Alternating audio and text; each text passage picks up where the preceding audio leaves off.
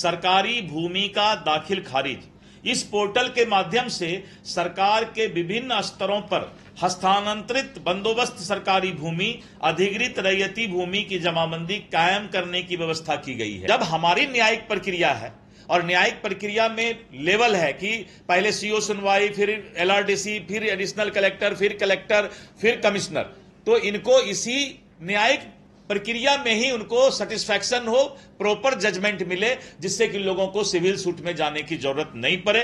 और इसके लिए हमने जो है आदेश किया है कि 90 दिन में किसी भी परिस्थिति में कोई भी वाद विवाद का निराकरण पदाधिकारी को करना होगा। 30 जून तक जो भी राजस्व कर्मचारी नगर पंचायत, नगर परिषद, नगर निगम इलाके के अंचल में हैं, 2 वर्ष से ज्यादा कोई भी राजस्व कर्मचारी शहरी इलाके में, चाहे वो नगर पंचायत हो, नगर परिषद हो, नगर निगम हो, 2 वर्ष से ज्यादा वो कर्मचारी वहां नहीं रहेगा। 2 वर्ष के बाद उनको देहाती पंचायत में भेजा जाएगा। इतनी कम संख्या में वहां पर हमारे पास अमीन, कानूनगो और इस तरह करके विशेष सर्वेक्षण सहायक, बंदोबस्त पदाधिकारी, कर्मचारी था ही नहीं और किसी तरह हम काम चला रहे थे। सरकार ने फैसला लिया कि करीब 10,000 विभिन्न कर्मियों का, जिसमें विशेष सर्वेक्षण अमीन 8,035, विशेष सर्वेक्षण कानूनगो 458, विशेष सर्वेक्षण सहायक बंदोबस्त पदाधिकारी 353 और विशेष सर्वेक्षण लिपिक 742, ऐसे 38 जिले में हम लोगों ने करीब करीब 10,000 लोगों की नियुक्ति का प्रोसेस पूरा कर लिया है। और इसी महीने के अंत तक इनको पटना में ज्ञान भवन में बुलाकर हमारे माननीय मुख्यमंत्री श्री नीतीश कुमार जी के कर कमलों से नियुक्ति पत्र उनको दिया जाएगा। और जब ये 10,000 कर्मचारी और पदाधिकारी अपने काम को शुरू करेंगे तो हमें व्यवस्था को मजबूत करने में, चुस्त दुरुस्त करने में बहुत आसानी होगी। तो ये एक सूचना है कि राजस्व विभाग के द्वारा बहुत ही बड़ी संख्या में विभिन्न कर्मचारी और पदाधिकारियों का पदस्थापन और उनको नियुक्ति हम देने जा रहे हैं।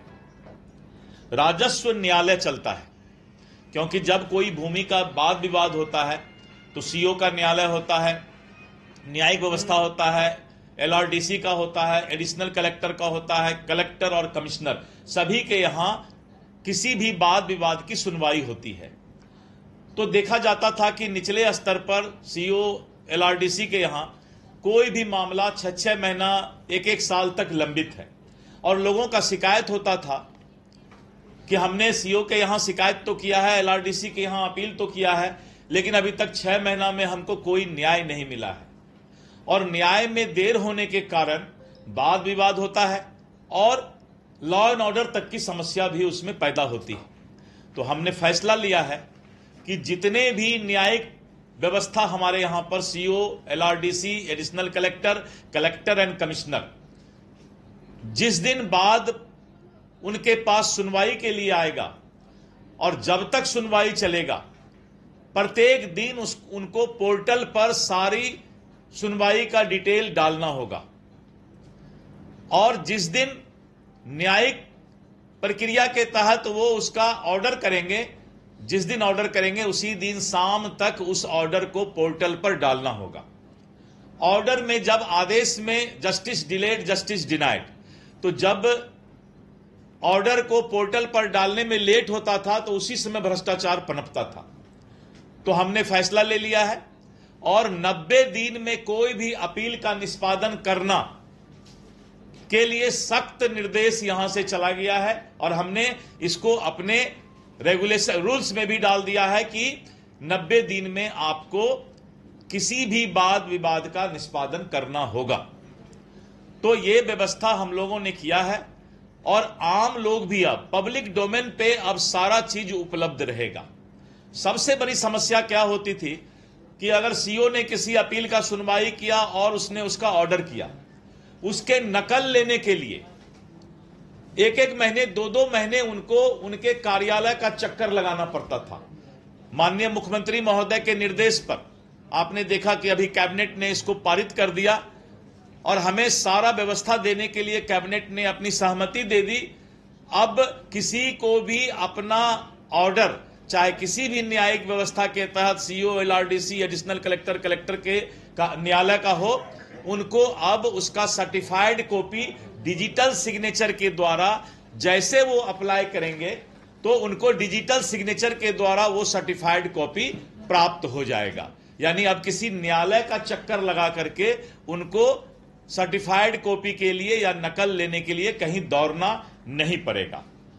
इसके साथ साथ एक जो सबसे बड़ी समस्या थी कि समाहर्ता एवं प्रमंडलीय आयुक्त, कलेक्टर एवं कमिश्नर के राजस्व न्यायालय का कोई पोर्टल पर अभी तक जो है सुनवाई का डिटेल नहीं डाला जाता है। ये अभी एडिशनल कलेक्टर तक हमने किया है।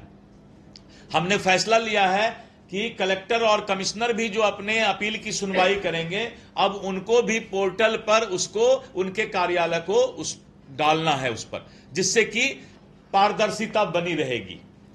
इसके साथ साथ अंचल अधिकारी, भूमि सुधार उप समाहर्ता, अपर समाहर्ता का सबका पोर्टल अलग अलग था। हम लोगों ने अब एक फैसला ले लिया कि सारे पोर्टल को एक ही पोर्टल पर लाकर अब हम लिंक कर देंगे, जिससे कि अगर किसी तरह का कोई सर्टिफाइड कॉपी में भी छेड़छाड़ किया जाएगा तो सीओ के आदेश को एलआरडीसी पोर्टल पर देख सकते हैं। एलआरडीसी के ऑर्डर में कोई छेड़छाड़ किया जाता है तो एडिशनल कलेक्टर भी, यानी सभी लोग एक दूसरे के से पोर्टल पर लिंक किया जा रहा है और अब एक ही पोर्टल सभी के लिए काम करेगा। इसके साथ साथ प्राय देखा जाता है कि जब जमीन का लोग ऑनलाइन दाखिल खारिज, परिमार्जन या कुछ भी करते हैं, उसमें बहुत सारी त्रुटियां रह जाती है। तो हमने अभी एक शुरू किया है परिमार्जन प्लस पोर्टल, यानी किन्हीं का भी अगर आप घर बैठे जमाबंदी जैसे वैसे प्रविष्टि जिस पर की कोई भी त्रुटि रह गया है, कुछ उस पर छूट गया है, तो आप परिमार्जन प्लस पर अप्लाई करके उसका करेक्शन करा सकते हैं। इसके लिए अब ऑफलाइन या फिजिकल जाने की आवश्यकता नहीं है। एक जो सबसे बड़ी समस्या बिहार में थी, दूसरे राज्य में इसको पहले से शुरू किया गया था, कि जो सरकारी जमीन है, सरकारी कार्यालय है, सरकारी आवास है, इन सब चीजों का जमाबंदी नहीं होता था, म्यूटेशन नहीं होता था बिहार में। तो राजस्व विभाग ने फैसला लिया है कि सरकारी जमीन की सुरक्षा सुनिश्चित करने के लिए एक बहुत बड़ी पहल की है कि राजस्व एवं भूमि सुधार विभाग एक नया पोर्टल विकसित किया है, जिसका नाम है सरकारी भूमि का दाखिल खारिज। उस पोर्टल का ही नाम है सरकारी भूमि का दाखिल खारिज। इस पोर्टल के माध्यम से सरकार के विभिन्न स्तरों पर हस्तांतरित बंदोबस्त सरकारी भूमि, अधिकृत रैयती भूमि की जमाबंदी कायम करने की व्यवस्था की गई है। और नए पोर्टल पर जो है इसका लिंक विभाग के वेबसाइट biharbhumi.bihar.gov.in पर उपलब्ध है। यानी सरकारी भूमि के दाखिल खारिज की पूरी व्यवस्था ऑनलाइन कर दी गई है। नहीं तो होता क्या था कि सरकारी भूमि पर कोई इंक्रोच कर लेता था और बाद में वहां के पदाधिकारियों के पास उसका कोई कागजात नहीं होता था, जिसके चलते हम कोर्ट में हार जाते थे। तो अब अगर ये पोर्टल पर रहेगा और सारे सरकारी भूमि का पोर्टल पर ये जमाबंदी रहेगा, तो हमारा सरकारी भूमि का कोई लूट या कोई जमीन माफिया उसको कब्जा नहीं कर पाएगा। इसके साथ साथ हमने जो फैसला लिया है कि अब कोई भी वाद विवाद, क्योंकि लॉ एंड ऑर्डर का प्रॉब्लम होता है, लोग को सिविल सूट में कोर्ट में जाना पड़ता है, और सिविल सूट का मतलब है कि दादा ने केस किया तो पोता को जजमेंट मिलेगा, यानी 15 से 20 साल सिविल सूट में कोर्ट में लग जाता है। इतनी लंबी सिविल सूट की न्यायिक प्रक्रिया है। इसलिए हमने फैसला लिया है कि अब ऐसी व्यवस्था की जाए कि लोगों को कोर्ट जाने की जरूरत नहीं पड़े, क्योंकि जब हमारी न्यायिक प्रक्रिया है और न्यायिक प्रक्रिया में लेवल है कि पहले सीओ सुनवाई, फिर एलआरडीसी, फिर एडिशनल कलेक्टर, फिर कलेक्टर, फिर कमिश्नर, तो इनको इसी न्यायिक प्रक्रिया में ही उनको सेटिस्फैक्शन हो, प्रॉपर जजमेंट मिले, जिससे कि लोगों को सिविल सूट में जाने की जरूरत नहीं पड़े। और इसके लिए हमने जो है आदेश किया है कि 90 दिन में किसी भी परिस्थिति में कोई भी वाद विवाद का निराकरण पदाधिकारी को करना होगा। हमने तिथि तय कर दी है कि 90 दिन। दाखिल खारिज आवेदनों को अंचल अधिकारी, राजस्व अधिकारी के द्वारा बड़ी संख्या में अस्वीकृत कर दिया जाता है। उसके पीछे उसका कोई न कोई कारण होता है, और उस कारण के साथ साथ एक कारण भ्रष्टाचार भी होता है कि अस्वीकृत कर दो, उसके बाद वो ऑफिस में दौड़े और फिर जो है लेन देन की व्यवस्था शुरू हो। और ये व्याप्त भ्रष्टाचार जो राजस्व विभाग में अंचल कार्यालय और निचले स्तर पर है, इसको दूर करने के लिए हमने फैसला लिया है कि जो अस्वीकृत किया जाएगा सीओ के द्वारा किसी भी आवेदन को, तो उनको अधिकार होगा कि पहले वो आवेदक के बातों को सुने, उनके पक्ष को सुने और सुनकर उसको पोर्टल में डालें।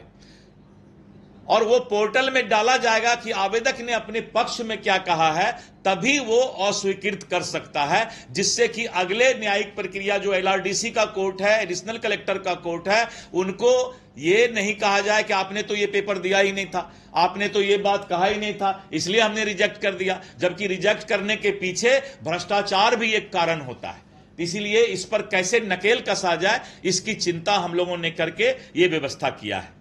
और सारी प्रक्रिया अब ऑनलाइन।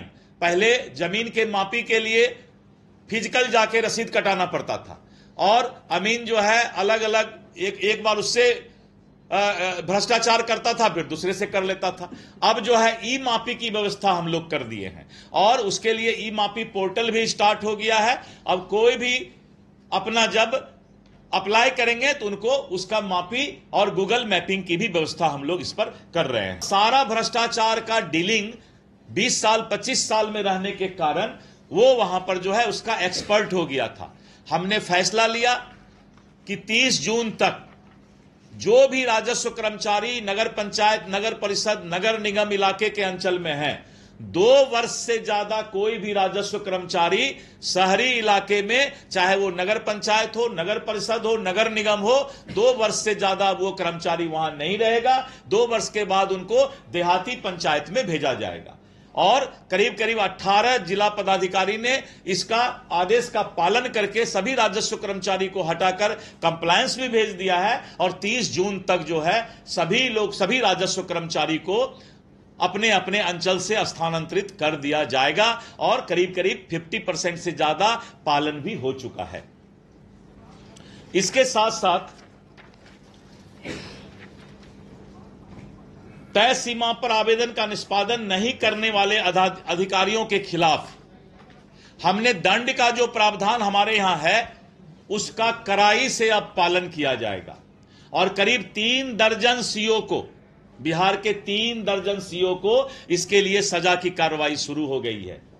और जो भी राजस्व अधिकारी, जो भी अंचल अधिकारी और जो भी भूमि अपर समाहर्ता जिनके स्तर पर किसी भी तरह का देर निष्पादन में होगा, उनको तुरंत उस पर कार्रवाई की जाएगी, जिसमें कि 3 दर्जन पदाधिकारियों पर हमने 15 दिन के अंदर कार्रवाई शुरू कर दिया है।